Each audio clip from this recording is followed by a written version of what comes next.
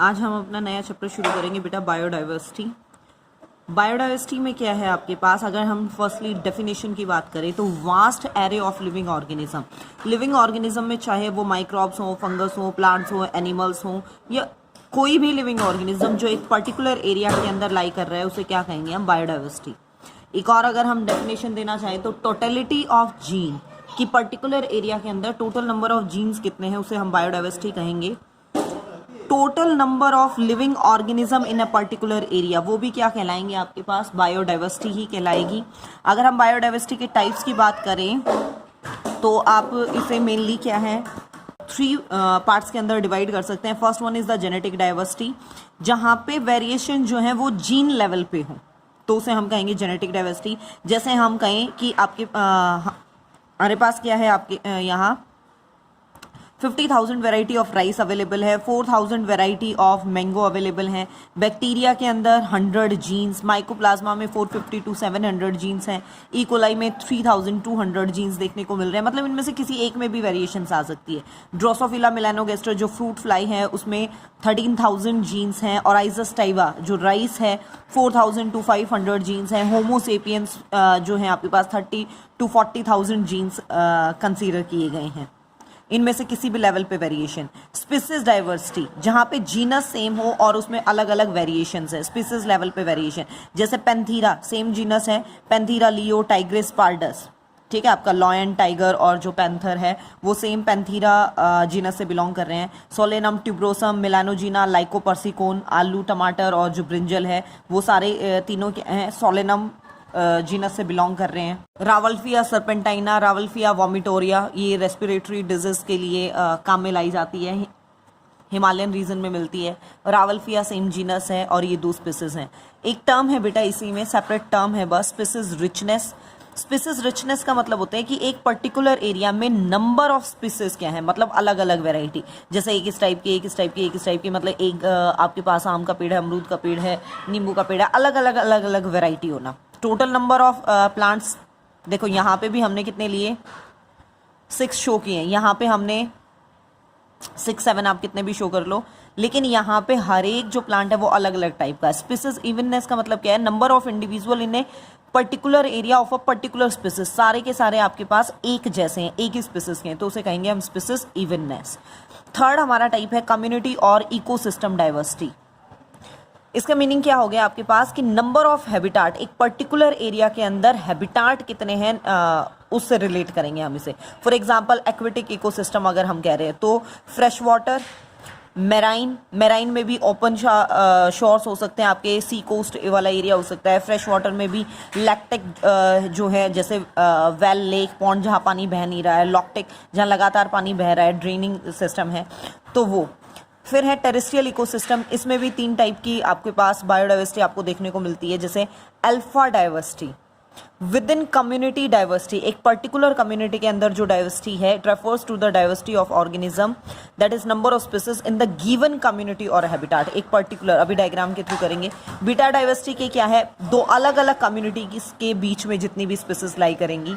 Gamma diversity, it refers to the diversity of the habitat in the whole geographical region. जैसे यहाँ हम देखें कि विद इन कम्युनिटी की हम बात करें कि ये एक कम्युनिटी है, इसके अंदर क्या वेरिएशन है तो अल्फा।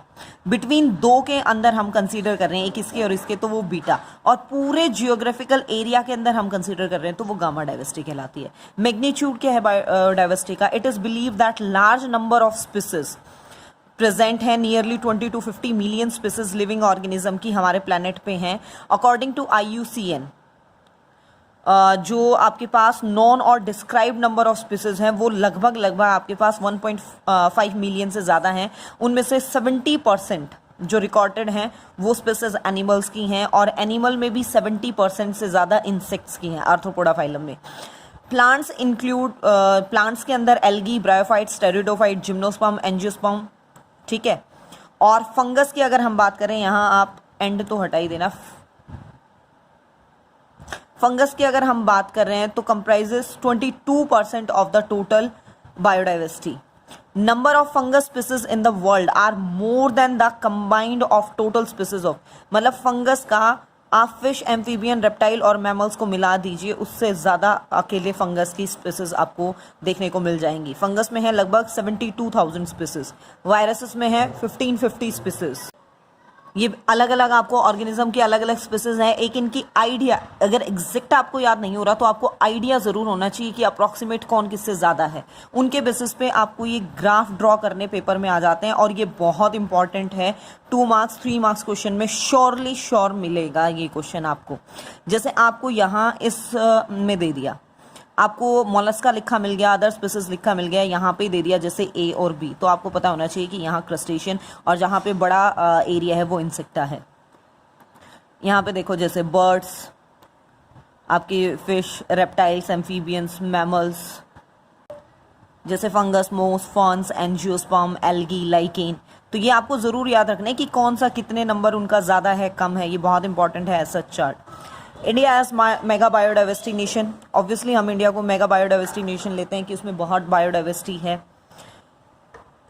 इंडिया का स्टेटस है कि वो मेगा बायोडाइवर्सिटी नेशन है along with 11 countries of the world. उनके मतलब अगर कंपैरिजन करके देखें हम, it provide large gene pool, जितनी ज़्यादा बायोडाइवर्सिटी होगी ऑब्वियसली जीनोम जेनेटिक पूल भी उतना ही बड़ा होगा, और फाउंडेशन, और इसी जीन के ऊपर मॉडर्न एग्रीकल्चर, क्योंकि हम जितने भी हाइब्रिडाइजेशन कर रहे हैं, जितनी भी टेक्निक कर रहे हैं, उनके लिए हमें जेनेटिक मटेरियल तो चाहिए, उसी में तो हम चेंज कर रहे हैं, तो वो सब कुछ इसके ऊपर डिपेंड करेगा biodiversity. Horticulture, pisciculture, piggery, dairy, poultry, वो सब कुछ क्या है इसी पे डिपेंड करेगा। जियोग्राफिकल लोकेशन, अगर हम इंडिया की बात करें तो वो नॉर्थ में इतना और ईस्ट के अंदर इतने डिग्री पे लाई कर रहा है, जिसके कारण जियोग्राफिकल मतलब जो इंडिया का जियोग्राफिकल एरिया है वो 328759 स्क्वायर किलोमीटर मतलब है, बहुत ज़्यादा जियोग्राफिकल एरिया है। उसके बेसिस पे ये जो लोकेशन है तो वहाँ पे इस टाइप से सनलाइट और जितने भी एबायोटिक फैक्टर की अवेलेबिलिटी होती है कि ज़्यादा जनरेशन ग्रो कर सके। कंट्री जो है वो रिच है बायोडाइवर्सिटी में due to various climatic condition अलग अलग हैं, जिसके कारण हैबिटाट अलग अलग अवेलेबल होते हैं, तो अलग अलग टाइप के जो लिविंग ऑर्गेनिज्म है वो देखने को मिलेंगे।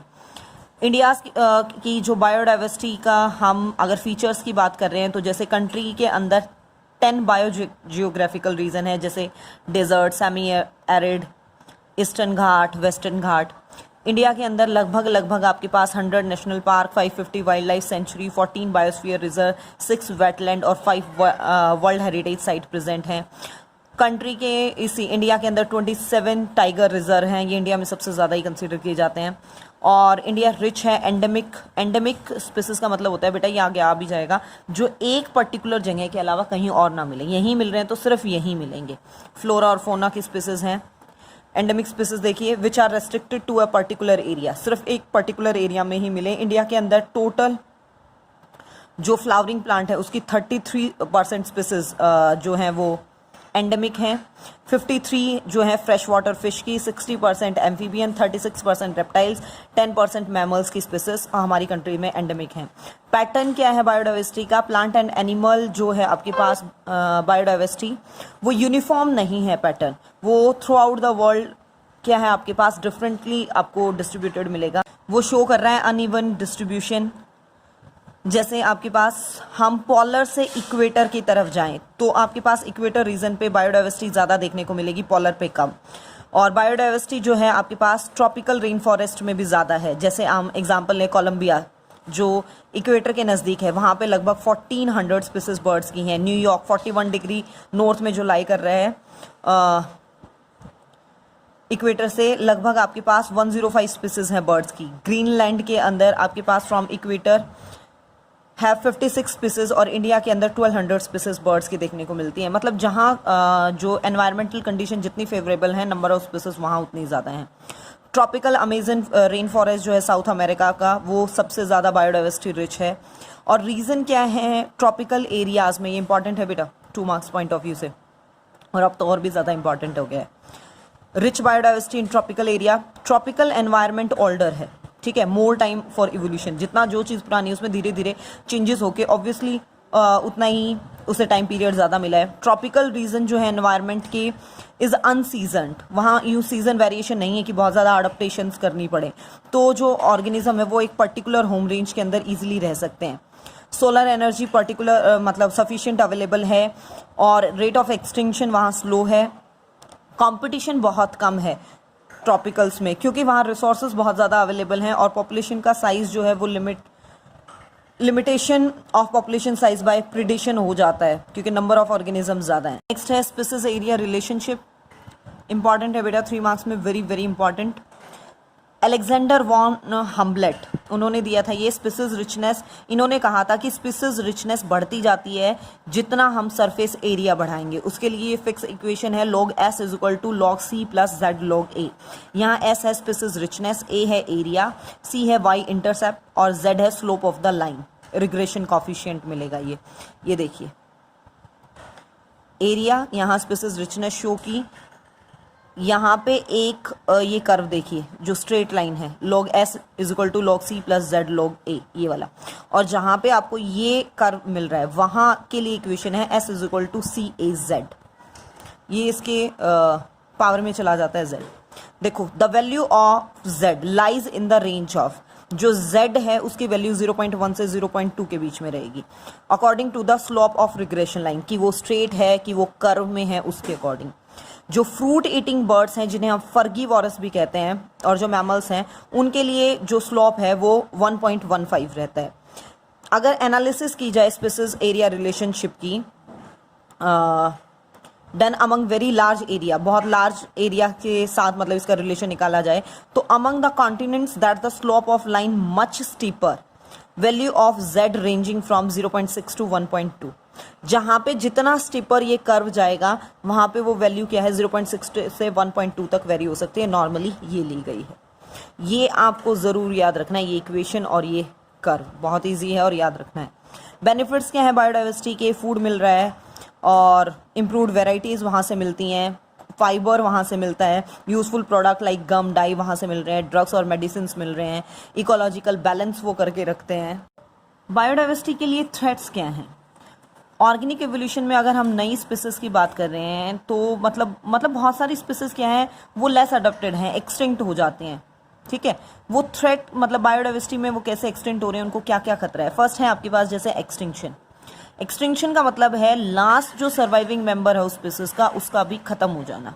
अगर हम टाइप ऑफ एक्सटिंक्शन की बात करें तो 3 टाइप के हैं। फर्स्ट है जैसे नेचुरल एक्सटिंक्शन, कि नेचुरल बेसिस पे कि कोई नेचुरल आपके पास एनवायरमेंटल कंडीशन थी जिसके कारण जो एक पर्टिकुलर स्पीसीज थे उसके सारे मेंबर एक्सटिंक्ट हो गए। ठीक है, नेचुरली उनका लॉस हुआ है। Mass extinction of large number of species because of catastrophe, एक टाइम पे नंबर ऑफ स्पीसीज बहुत लार्ज हैं जहां बहुत ज़्यादा स्पीसीज का एकदम से लॉस हो जाना, जैसे डायनासोर जुरासिक टाइम पीरियड पे कोई बिग मेटेरियोराइट अर्थ से टकराया था। कैटास्ट्रॉफ मतलब कोई ऐसे जैसे मेटेरियोराइट अर्थ से टकरा गया, कोई उल्कापिंड आ गया, उन सब के कारण अचानक से डायनासोर खत्म हुए थे। देन एंथ्रोपोजेनिक एक्सटिंक्शन मतलब जहाँ ह्यूमन की एक्टिविटी आ गई, जैसे हंटिंग हो गया, हैबिटाट हो गया, हैबिटाट डिस्ट्रक्शन हो गया, आपके पास सेटलमेंट के लिए उन्होंने जंगल काट दिए जिसके कारण लॉस हो रहा है। जैसे डोडो बर्ड जो है, रेफस, क्यूक्यूलेंटस and 3 sub species of tiger, बाली, जवान और कैस्पियन, वो एंथ्रोपोजेनिक एक्टिविटी के कारण, ह्यूमन की एक्टिविटी के कारण लॉस हुए। Remain some earth will face 6, अगर यही ह्यूमन की एक्टिविटी रही तो 6th मास एक्सटिंक्शन होना, जैसे लास्ट में डायनासोर गए थे वैसे एक्सटिंक्शन होना तय है because of the human activity. कौन से ऐसे फैक्टर हैं जो स्पीसीज के एक्सटिंक्शन में रोल प्ले कर रहे हैं? बहुत सारे फैक्टर हैं, जैसे हंटिंग, लोग शिकार करते हैं फूड के लिए, सेफ्टी के लिए। ठीक है, उसे एक नाम दिया जाता है सब्सिस्टेंस हंटिंग। सिर्फ कुछ लोग सिर्फ अपने शौक के लिए, तो स्पॉट हंटिंग उसे कहेंगे। कुछ लोग उनसे मतलब इंपॉर्टेंट प्रोडक्ट्स लेके उसे आगे सेल करने के लिए, व्यापार के लिए जो करते हैं, तो कमर्शियल हंटिंग। जैसे हम एग्जांपल लें small hornless musk deer, ठीक है, ये सेंट्रल एशिया में है। इसकी और many species of fish, sea turtle, bird, dodo, whale are facing extinction due to hunting, in सिर्फ हंटिंग के कारण लॉस हुई है। फॉरेस्ट फायर के कारण क्या है? हैबिटाट लॉस होता है जिससे स्पीसीज का लॉस होता है। Destruction of habitat and fragmentation, अलग अलग प्रोजेक्ट्स के लिए जो हैबिटाट्स का लॉस हो रहा है उसके कारण मतलब बहुत ज़्यादा अफेक्ट आता है। डेवलपमेंटल जो वर्क हैं वो बहुत ज़्यादा अफेक्ट कर रहे हैं डाइवर्सिटी को, जैसे रेलवे लाइन या क्रॉपलैंड इंडस्ट्रीज़ कुछ भी लगाना है तो ऑब्वियसली जंगल साफ करने पड़ेंगे जिसके कारण दिक्कत होती है। देन डिफॉरेस्टेशन, जंगलों का रिमूवल चाहे वो किसी के कारण भी हो। एग्जाम्पल के तौर पे लें तो हम राइनोसोर, टाइगर्स वो नियर टू एक्सटिंक्ट है just because of deforest. Next अगर हम बात करें तो पोल्यूशन एक मेन कॉज है। क्लीनलीनेस अगेन की जो हैबिटाट्स हैं वो क्लीन किए जा रहे हैं, उनके हैं नहीं, उनके पास रहने को जगह। Then introduction of exotic species, unintentional और इंटेंशनल और चांस इंट्रोडक्शन की बाई चांस है या आप जानबूझ के एक्सोटिक कहीं बाहर की स्पीसीज को ला रहे हो पर्टिकुलर आइलैंड के अंदर, कॉन्टिनेंट्स के अंदर, कंट्री के अंदर, तो वो कई बार क्या है most of the time adversely affect करती है नेटिव स्पीसीज जो वहाँ की खुद की पुरानी स्पीसीज है उनको, जिनके कारण उन दो स्पीसीज के बीच में कंपटीशन बढ़ता है फूड और स्पेस के लिए, और ऑब्वियसली नेटिव स्पीसीज को ज़्यादा चांसेस होते हैं कि लॉस होता है, कई बार उसको भी एक्सोटिक को भी हो जाता है, लेकिन हर हाल में लॉस तो ज़रूर हुआ बायोडाइवर्सिटी का। Rabbit and goat introduce in Pacific and Indian ocean island are destroying the habitat of many native plant, इनको छोड़ दिया था उन ओशियनिक रीजन में, तो रेप्टाइल बर्ड्स के बहुत सारे हैबिटाट को लॉस कर दिया। वाटर हाइकेंथ है, पार्थीनियम जिसे हम कांग्रेसी ग्रास भी बोलते हैं आपके पास, पेरीप्लेंटिया अमेरिकाना कॉकरोच जो है वो एक्सोटिक स्पीसीज ऑफ अमेरिका हैं। फास्ट रिप्लेसिंग द, उन्होंने मतलब जैसे कॉकरोच की बात करें तो नेटिव स्पीसीज जो थी बेक्सेटा ऑरिंगटेलिस उसको रिप्लेस कर दिया। को एक्सटिंक्शन, ये इंपॉर्टेंट है जी। को एक्सटिंक्शन का मतलब होता है, को मतलब साथ में, कि एक स्पीसीज लॉस हुई उसके साथ में जितनी स्पीसीज उस पर डिपेंड कर रही थी उनके साथ में उसका भी लॉस हो जाना। जैसे if A host fish species become extinct तो उसके जितने भी पैरासाइट वाले स्पीसीज थे वो साथ में लॉस हो गए। नेक्स्ट है IUCN red list category, international union of conservation of nature and natural resources, IUCN, ठीक है। और नाउ का इसे आज के दिन नाम दिया गया है WCU, world conservation union.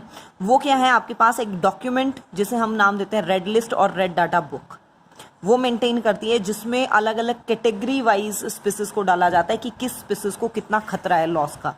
Red list formation के कारण क्या है, लोगों के अंदर अवेयरनेस कॉज करना कि कुछ स्पीसीज को रियल में बहुत ज़्यादा खतरा है, ग्लोबल इंडेक्स बताना कि जो बायोडाइवर्सिटी है उसको कितना लॉस हो रहा है, जो आपके पास एंडेंजर्ड स्पीसीज हैं जिनको खतरा है, जो एक्सटिंक्ट हो सकती है, उनकी पहचान करना, और जो मतलब कंजर्वेशन प्रायोरिटी कि क्यों हमें कंजर्वेशन करना चाहिए, कैसे करना चाहिए, उन सारी बातों को हाईलाइट करने के लिए। और जितना भी इंटरनेशनल एग्रीमेंट्स हो रहे हैं बायोलॉजिकल डाइवर्सिटी या बायोडाइवर्सिटी को बचाने के लिए, जितना भी फोना फ्लोरा के लिए काम चल रहा है, उन सब की इंफॉर्मेशन प्रोवाइड करने के लिए रेड लिस्ट फॉर्मेशन ज़रूरी है।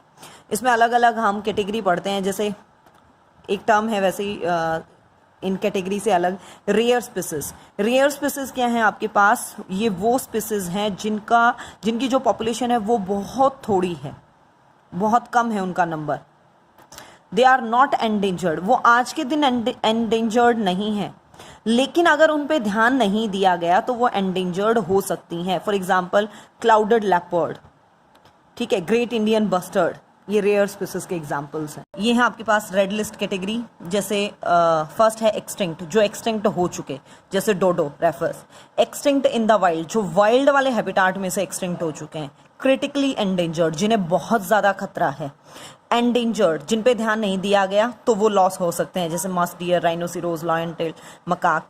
वल्नरेबल, ये खतरे में है लेकिन बचाया जा सकता है। स्पॉटेड डियर, जैसे गोल्डन लंगूर, आपके पास blackbuck, Asiatic wild ass. Over risk, आज के दिन इनको कम खतरा है लेकिन इन्हें थोड़ी बहुत अटेंशन जरूर चाहिए। डाटा डेफिशिएंट, इस कैटेगरी में वो रखे जाते हैं जिनके बारे में पर्टिकुलर इंफॉर्मेशन नहीं है। नॉट इवेलुएटेड, कि अब तक जो स्पीसीज इवेलुएट नहीं हुई है उनका मतलब अब तक नहीं पता चला है कि रिस्क ऑफ एक्सटिंक्शन क्या है, नहीं है, कितना है। फिर है आपके पास threatened species, it belongs to critical endangered, vulnerable और lower risk category. Critical endangered, vulnerable और लोअर रिस्क कैटेगरी के लिए एक पर्टिकुलर ग्रुप बनाया है जिसे हम थ्रेटेंड स्पीसीज कहते हैं। लायबल टू बिकम एक्सटिंक्ट, ये हो सकती हैं अगर इनके ऊपर ध्यान नहीं दिया गया तो। स्टेटस क्या है थ्रेटेंड स्पीसीज का, IUCN की रेड लिस्ट जो आपके 2004 में दी गई थी उसके अकॉर्डिंग 784 स्पीसीज लास्ट 5 ईयर्स के अंदर, और 27 species have extinct in the last 20 years alone. More than आपके पास 15,500 are facing the threat of extinction. 12% birds की स्पीसीज, 23% मैमेलियन और 32% एम्फीबियन स्पीसीज, 31% जिम्नोस्पर्म स्पीसीज जो हैं उनको खतरा है एक्सटिंक्शन का आज के दिन।